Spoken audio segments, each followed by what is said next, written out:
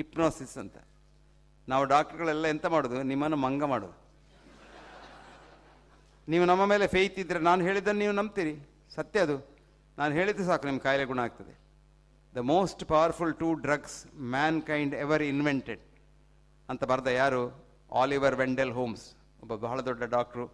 ಹಾರ್ವರ್ಡ್ನಲ್ಲಿ ಕಲಿತ, ಹಾರ್ವರ್ಡ್ನಲ್ಲಿ ಡಾಕ್ಟರ್ ಆದ, ಕೊನೆಗೆ ಎಣಿಸಿದ ಡಾಕ್ಟ್ರ್ ಕೆಲಸ ಒಳ್ಳೆಯದಲ್ಲ ಅಂತ ಬಿಟ್ಟು ಪದ್ಯ ಬರೀಲಿ ಶುರು ಮಾಡಿದ.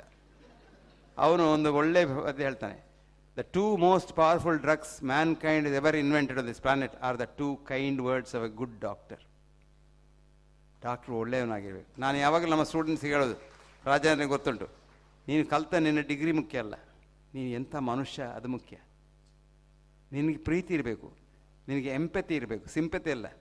ಸಿಂಪತಿ ಎಲ್ರಿಗುಂಟು, ಓ ಪಾಪ ಅವನಿಗೆ ಸೀಕು ಅತ್ಲೇ ಹೋದವ ಬರ್ತೈತೆ. ಎಂಪತಿ ಅಂದರೆ ಅವನಿಗೆ ಸೀಕು ಅಂದರೆ ನಿಮಗೆ ಸೀಕು ಬಂದಷ್ಟು ನಿಮಗೆ ಕಷ್ಟ ಆಗಬೇಕು. ಅದಕ್ಕೆ ನೀವೇನಾದರೂ ಮಾಡಬೇಕು. ಅದಕ್ಕೆ ಡಾಕ್ಟ್ರಿಗೆ ಹೇಳೋದು, ಅದನ್ನು ನೀವು ಜೀವನದಲ್ಲಿ ಅಳವಡಿಸಿ. ಎಲ್ಲರನ್ನೂ ಪ್ರೀತಿ ಮಾಡಿ, ಸರ್ವಭೂತ ಪ್ರೀತಿ. ಎಲ್ಲರನ್ನೂ ಅಂದರೆ ಪ್ರಾಣಿ, ಹಕ್ಕಿ, ಎಲ್ರಿಗೂ ಪ್ರೀತಿ ಮಾಡಿ. ಅವುಗಳು ನಮ್ಮ ಹಾಗೆ ಅಲ್ವಾ? ಹಾಗಾಗಿ ಎಲ್ಲರನ್ನೂ ಪ್ರೀತಿ ಮಾಡಿದರೆ ಈ ಲೋಕದಲ್ಲಿ ಮನುಷ್ಯನಿಗೆ ಏನೂ ಕಷ್ಟ ಇಲ್ಲ. ಮತ್ತು ಕಾಯಿಲೆ ಎಲ್ಲ ಬರೋದು ಮನಸ್ಸಿನಿಂದ. ದೇಹಕ್ಕೆ ಕಾಯಿಲೆ ಬರೋದಲ್ಲ. ದೇಹ ಅಂದರೆ ಮನಸ್ಸೇ. ಈಗ ಕ್ವಾಂಟಮ್ ಫಿಸಿಕ್ಸ್ನಲ್ಲಿ ದೇಹಕ್ಕೆ ಮನಸ್ಸಿಗೆ ಏನು ವ್ಯತ್ಯಾಸ ಇಲ್ಲ, ಮ್ಯಾಟ್ರಿಗೂ ಎನರ್ಜಿಗೆ ಏನು ವ್ಯತ್ಯಾಸ ಇಲ್ಲ, ಶಕ್ತಿಗೂ ವಸ್ತುವಿಗೆ ಏನು ವ್ಯತ್ಯಾಸ ಇಲ್ಲ. ಅದು ಎರಡು ಒಂದೇ. ಅದಕ್ಕೆ ಎ ಡ್ಯುಯಾಲಿಟಿ ಅಂತ ಹೇಳೋದು, ಅದಕ್ಕೆ ಅದ್ವೈತ ಅಂತ ಹೇಳೋದು. ಆ ಅದ್ವೈತವನ್ನು ನಾವು ನೆನೆಸಿದರೆ, ನಾವು ಸುಖದಲ್ಲಿದ್ದರೆ, ಬೇರೊಬ್ಬರು ಸುಖದಲ್ಲಿ ಇರಬೇಕು ಅಂತ ಎಣಿಸಿದರೆ, ಇನ್ನೊಬ್ರು ಹಾಳಾಗಬಾರ್ದು ಅಂತ ಎಣಿಸಿದರೆ ನಿಮಗೇನಾಗೋದಿಲ್ಲ. ಇನ್ನೊಬ್ರು ಹಾಳಾಗಬಾರ್ದು ಆಗಬೇಕು ಎಣಿಸಿದರೆ ನಿಮ್ಮ ಕಣಗಳೇ ನಿಮ್ಮ ಕಣಗಳನ್ನು ದ್ವೇಷಿಸ್ತವೆ. ನಿಮ್ಮ ಕಣವನ್ನು ಎಷ್ಟು ಪ್ರೀತಿ ಮಾಡ್ತಂತ ಕೇಳಿದೆಲ್ಲ, ಎಲ್ಲ ಕಣಗಳು ಡಾನ್ಸ್ ಮಾಡ್ತವೆ. ಮತ್ತು ಈ ಕ್ರಿಮಿಗಳನ್ನು ಕೊಲ್ಲಿಕ್ಕೆ ಹೋಗಬೇಡಿ. ಡೆಟಾಲ್ ಸಾಬೂನು ಮತ್ತು ಎಂಥದ್ದು ಇದೆಲ್ಲ ಅದೆಲ್ಲ ಹಾಕ್ಲಿಕ್ಕೆ ಹೋಗಬೇಡಿ. ಕ್ರಿಮಿಗಳು ಬೇಕು ನಮಗೆ. ಕ್ರಿಮಿ ಇಲ್ಲದಿದ್ದರೆ ನೀವು ಸಾಯ್ತೀರ. ಬಾಯಿಯಿಂದ ಕುಂಡೆವರೆಗೆ ಎಷ್ಟು ಕ್ರಿಮಿ ಉಂಟು ಗೊತ್ತುಂಟ? ಎಷ್ಟುಂಟು? 10 to the power 13, 100,000 billion germs. ಅವುಗಳಿದ್ದರೆ ಮಾತ್ರ ನಿಮಗೆ ಆರೋಗ್ಯ. ನಾನು ಕೊಟ್ಟ ಒಂದು ಆ್ಯಂಟಿಬಯೋಟಿಕ್ ತಿಂದರೆ ಅದರಲ್ಲೊಂದು ಮಿಲಿಯಂತರ ಸತ್ತೋಯ್ತು.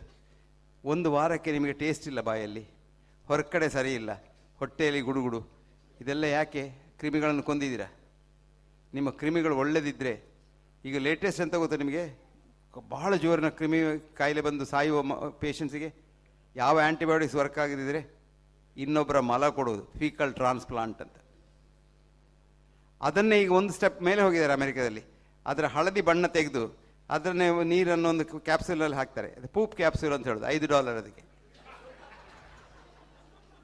ನಿಮಗೇನಾದರೂ ಆರೋಗ್ಯ ಒಳ್ಳೆಯದಾಗಬೇಕಾದ್ರೆ ಒಂದು 2 ಕ್ಯಾಪ್ಸೂಲ್ ತಿಂದರೆ ಆಯ್ತು. ನಾವೆಲ್ಲ ಸಣ್ಣದಿರುವಾಗ ಇಷ್ಟಿಷ್ಟು ಉದ್ದದ ಹುಳ ಬರ್ತಾ ಇತ್ತು ಇತ್ಲಾಗಿನ, ಅಲ್ವಾ ನೇರ? ಆ ಹುಳ ಹೊಟ್ಟೆಯಲ್ಲಿದ್ದರೆ ನಿಮ್ಮ ಆರೋಗ್ಯ ಬಹಳ ಒಳ್ಳೆಯದು. ಅದಕ್ಕೀಗ ಅಮೆರಿಕದಲ್ಲಿ ಅದರದ್ದೇ ಇದು ಸಿಗ್ತದೆ, ಸ್ಯಾಶೆ. ಆ ಹುಳದ ಮೊಟ್ಟೆ ಒಂದು $5 ಕೊಟ್ಟು ಅದನ್ನು ತಿನ್ನೋದು ಗಟ್ಟಿಯಾಗಿ. ಇದರ ಅರ್ಥ ಏನು? ನಮ್ಮ ಪೂರ್ವಜರು, ನಮ್ಮ ಅಜ್ಜಿ ಏನು ಹೇಳ್ತಾ ಇದ್ರು ಅದೆಲ್ಲ ಕರೆಕ್ಟ್. ರುಸ್ತುಮ್ ರಾಯ್ ಅವರು ಬಹಳ ದೊಡ್ಡ ರಿಸರ್ಚ್ ಮಾಡಿದ್ರು. ಅವ್ರಿಗೆ 21 ಸಲ ನೊಬೆಲಿಸ್ಟ್ ಆಗಿದೆ. ಎಂಥದಕ್ಕೆ?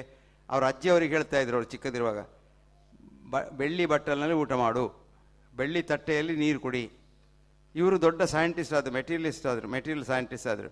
ಅವ್ರು ಹೇಳ್ತಿದ್ರು, ಯಾಕೆ ನಮ್ಮ ಅಜ್ಜಿ ಹೇಳ್ತಾ ಇದ್ರು ಈ ಸಿಲ್ವರ್ನಲ್ಲಿ ಎಂತ ಉಂಟು ಅಂತ ಸ್ಟಡಿ ಮಾಡಿ ಅವರು ನ್ಯಾನೋ ಸಿಲ್ವರ್ ಕಂಡು ಹುಡುಕಿದ್ರು. ಈಗ ನಾವು ನ್ಯಾನೋ ಸಿಲ್ವರ್ ಮಾಡ್ತೇವೆ, ಮಂಗಳೂರಿನಲ್ಲಿ ಮಾಡ್ತೇವೆ.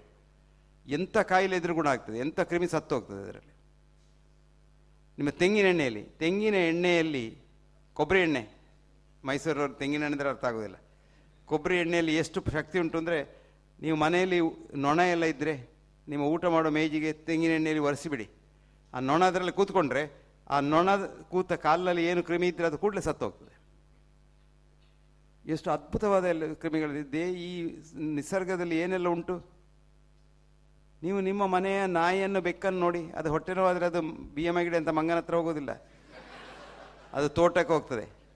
ನಾನು ಎಷ್ಟೋ ನಾಯಿಗಳನ್ನು ನೋಡ್ತೇನೆ ವಾಕಿಂಗ್ ಹೋಗುವಾಗ, ಹುಲ್ಲು ತಿನ್ನೋದು. ನಾಯಿ ಹುಲ್ಲು ತಿನ್ನೋದು ಕೇಳಿದ್ದೀರಾ? ಹುಲ್ಲು ತಿಂದು ಹುಡುಕ್ತದೆ.